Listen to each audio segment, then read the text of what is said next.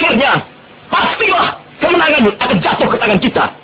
Sebab Allah selalu berada di pihak yang benar. Percayalah saudara-saudara, Tuhan akan melindungi kita sekalian. Allahu Akbar, Allahu Akbar, Allahu Akbar. Assalamualaikum warahmatullahi wabarakatuh. Sahabat Taifa Mansurah, senang sekali rasanya bisa bertemu lagi dengan kalian, sahabat Taifa Mansurah, walaupun hanya melalui video ini. Namun, mari kita sama-sama mengambil manfaat yang ada di dalam video ini untuk mengimplementasikannya di kehidupan sehari-hari kita. Maka dari itu, subscribe ya, agar mengikuti perkembangan video Taifa Mansurah lainnya. Dan tak lupa juga like dan share ke grup WA atau Facebook sahabat untuk memberikan manfaat kepada banyak orang. Oke, langsung saja masuk ke dalam pembahasan tanpa basa-basi lagi.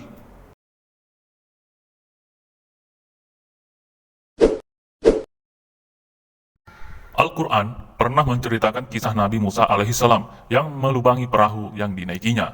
Sebagaimana di dalam Al-Quran surah Al-Kahfi ayat 71 yang artinya, maka berjalanlah keduanya hingga ketika keduanya menaiki perahu lalu dia melubanginya.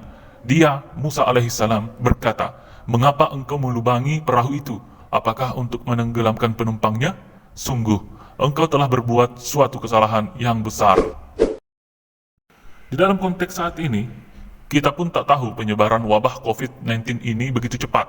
Semua rencana manusia berubah total seketika. Bursa saham rontok, ekonomi global kolaps, UKM terimbas perlambatan ekonomi, industri pariwisata dan kuliner tertekan, ketahanan nasional hancur dibuatnya.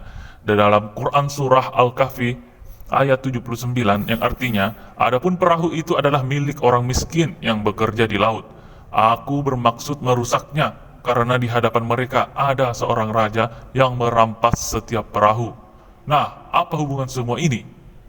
Mari kita lanjutkan.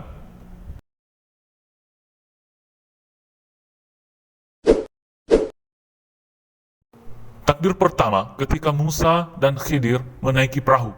Takdir itu seolah-olah mengatakan bagaimana nanti kalau dalam perjalanan hidup Allah berkuasa untuk melubangi atau mencederai perahu kehidupanmu. Artinya, tidak mesti perahu kehidupan kita ini selalu berjalan mulus. Pasti ada cacat, ada gangguan-gangguan, bisa jadi juga karena keadaan pihak yang zolim. Hikmah dari perlubangan kapal tersebut adalah kita harus siap-siap menghadapi kemungkinan-kemungkinan terburuk yang akan terjadi. Di sini, ilmu tidak bisa menangkap hal itu. Ilmu tidak bisa berhadapan dengan fakta dan realitas, bahwa menurut logika, jika kapal itu dilubangi, maka akan bocor dan tenggelam. Itu jika menurut ilmu kita. Namun, menurut takdir, ilmu takdir yang nanti akan dihadapi itu, perlubangan kapal tersebut harus dilakukan. Jadi, kita tidak harus memandang sesuatu dalam ukuran jangka pendek. Maka, perbuatan itu harus ada langkah preventifnya. Kita harus sadar berdasarkan takdir itu disimbolkan oleh Khidir bahwa bisa jadi Allah akan melubangi kehidupan kita. Itu ada hikmahnya untuk kebaikan kita ke depan. Kita mendapatkan cobaan, tantangan yang besar, kadang membuat kita tersungkur, tetapi hal ini justru membuat kita mau bangkit.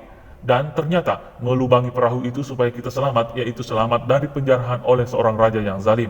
Misalkan saat ini pemerintah dihadapkan pada dilema pilihan yang sulit secara ekonomi menangani pandemi COVID-19 atau biasa disebut dengan coronavirus.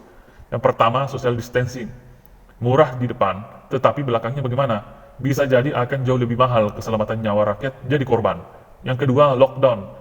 Mahal di depan, menutup seluruh sentra kehidupan tetapi murah di belakang. Nyawa rakyat bisa diselamatkan dan lebih memberikan kepastian. Keselamatan manusia harus lebih diutamakan, karena jika manusia binasa tidak ada perekonomian yang bisa diselamatkan.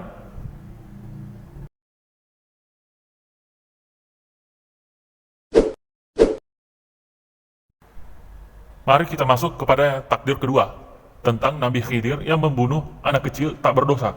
Ini sesungguhnya berbicara tentang kematian. Mengapa setiap yang bernyawa selalu takut dengan kematian? Mengapa yang hidup kadang tidak terima dengan yang namanya kematian?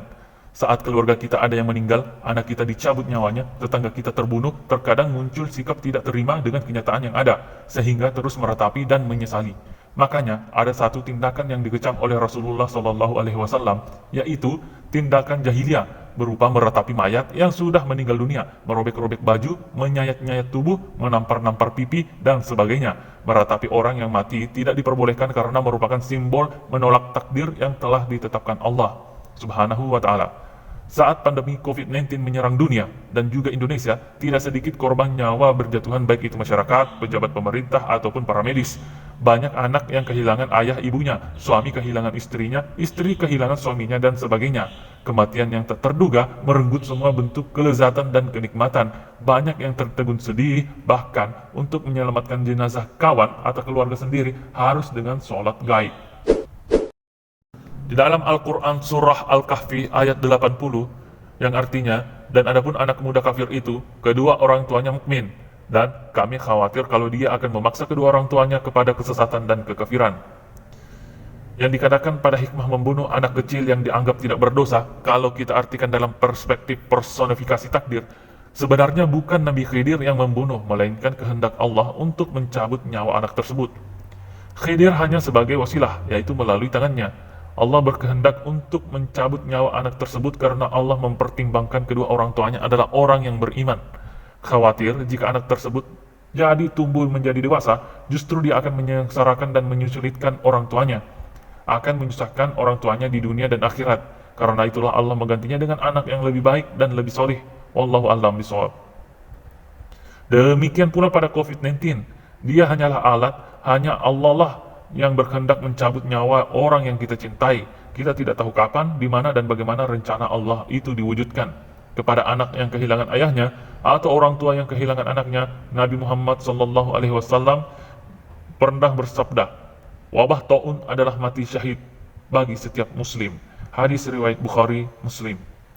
Saudaraku, kematian itu kepastian yang pasti kita alami, yang bisa kita temui di dalam Al-Quran surah Al-Jumu'ah ayat 8, An-Nisa ayat 78, Al-Imran ayat 185, Al-Anbiya ayat 35, Al-Ankabut ayat 57. Kematian adalah gerbang pertama menuju alam akhirat. Sebagaimana ia tak membedakan kelas sosial, orang kaya pasti mati, orang miskin mati juga, penguasa pasti mati juga, rakyat jelata juga. Jangan risaukan kematian yang sudah pasti, namun risaukan diri kita dengan cara seperti apa kita akan mati kelak, membawa bekal apa untuk menghadap Allah nanti. Akankah kita husnul khotimah atau malah su'ul khotimah? Mati dalam keadaan taat dan sedang bermaksiat, mana yang kau pilih? Itu semua tergantung tekad dan ikhtiar kita untuk memperbaiki hati dan amal. Sebagaimana dalam Al-Quran surah Al-Mulk ayat 2, yang artinya Allah yang menciptakan mati dan hidup untuk menguji kamu, siapa di antara kamu yang lebih baik amalnya, dan dia maha perkasa, maha pengampun. Wallahu a'lam bishawab.